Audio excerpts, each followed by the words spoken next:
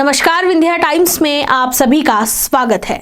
देश में बेरोजगारी का असर अब सड़कों पे दिखने लगा है। आपको बता दें, पिछले दिनों यूपी और बिहार में रेलवे की परीक्षा में गड़बड़ी के बाद नौजवान लामबंद हैं। उनका गुस्सा सातवें आसमान पर है। और हो भी क्यों ना, हर बार सरकार के मैनिफेस्टो में लाखों नौकरियों का वादा तो होता है, पर सरकार बनने के बाद कोई इस पर बात ही नहीं करना चाहता। ये गुस्सा सिर्फ परीक्षा में गड़बड़ी के कारण ही नहीं है, बल्कि नौकरी ना होना, बेरोजगार होना इसका सबसे बड़ा कारण है।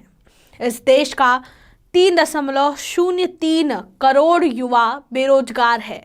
ये हम नहीं कह रहे, बल्कि बेरोजगारी का डेटा जारी करने वाली संस्था centre for monitoring Indian economy CMIE के ताजा आंकड़े कह रहे हैं। देखिए ये रिपोर्ट।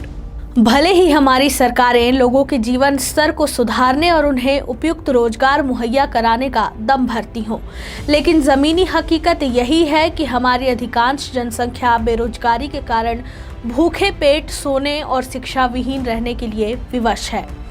उसके पास किसी प्रकार की कोई सुविधा उपलब्ध नहीं है। ऐसी परिस्थितियों में हमारी सरकारें जो गरीबी और बेरोजगारी को जड़ से समाप्त करने के लिए नीतियां बनाती हैं, उनकी सार्थकता कितनी है, इस बात का अंदाज़ा तो स्वतः ही लगाया जा सकता है। बेरोजगारी का आंकड़ा बढ़ते बढ़ते इतना विकराल और भयावह रूप धारण कर चुका है कि इसका सामना करना हमारे लिए एक बहुत बड़ी चुनौती है।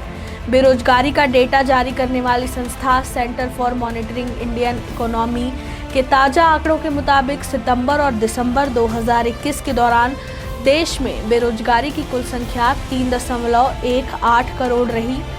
बता दें, यह संख्या 2020 में देश भर में लगे लॉकडाउन के दौर से भी ज्यादा है। तब देश में 2 करोड़ युवा बेरोजगार थे। खास बात यह है कि 3.3 करोड़ युवा तो वे हैं जो काम की तलाश में हैं। 1.24 करोड़ युवा ऐसे भी हैं जो रोजगार तो चाहते हैं, लेकिन थक कर काम नहीं खोज रहे। यदि इन्हें भी शामिल कर लें तो युवा बेरोजगारों की संख्या 4.27 करोड़ हो जाती है। CMI बेरोजगारी का डेटा जारी करने वाली इकलौती संस्था है। इसके डेटा का इस्तेमाल रिजर्व बैंक समेत केंद्र सरकार के विभाग भी करते हैं। सोचने वाली बात यह है कि कुल बेरोजगारों में 95% 29 साल से कम उम्र के। इस समय 1.18 करोड़ से ज़्यादा ग्रेजुएट बेरोजगार हैं। वहीं 1.24 करोड़ ने तो काम की तलाश ही बंद कर दी। बेरोजगारी की वजह से युवाओं पर बुरा और नकारात्मक प्रभाव भी पड़ रहा है। उसके कई बड़े कारण हैं, जैसे नई वर्कफोर्स में युवा ही जुड़ते हैं, लेकिन पर्याप्त संख्या में नई नौकरियां पैदा ही नहीं हो रही। कम पढ़ा लिखा शख्स छोटा मोटा काम शुरू कर लेता, पर पढ़े लिखे युवा अपनी योग्यता के मुताबिक ही नौकरी तलाशते हैं। लंबे समय तक काम की तलाश के बाद भी नाकाम रह गए बहुत से लोग निराश हो चुके हैं। वे अब नौकरी तलाशने भी नहीं जा रहे। ऐसे कई बड़े कारण हैं जिनकी वजह से युवा परेशान हैं। विंध्या टाइम्स ने इससे पहले एक रिपोर्ट दिखाई थी, जहां सीधी में चपरासी की भर्ती निकली थी, जिसमें MBBS को छोड़ दिया जाए तो कोई ऐसी फील्ड नहीं होगी, कोई ऐसी डिग्री नहीं होगी जहां के युवाओं ने फॉर्म नहीं भरा हो। इससे साफ पता चलता है कि बेरोजगारी का आलम देश में क्या है।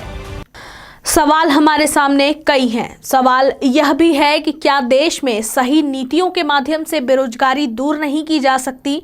बिल्कुल की जा सकती है, पर सरकारें ऐसा करना ही नहीं चाहती। सोचिए, कुछ साल से अर्थव्यवस्था संतुलित तरीके से नहीं बढ़ी। यह प्रमुख कारण भी है। कंस्ट्रक्शन, टूरिज्म, हॉस्पिटैलिटी जैसे सेक्टरों का बिजनेस अर्थव्यवस्था की रफ्तार के मुकाबले कम रफ्तार से बढ़ रहा है। जब तक इन सेक्टरों में हालात नहीं सुधरेंगे, बेरोजगारी की समस्या यूं ही बनी रहेगी।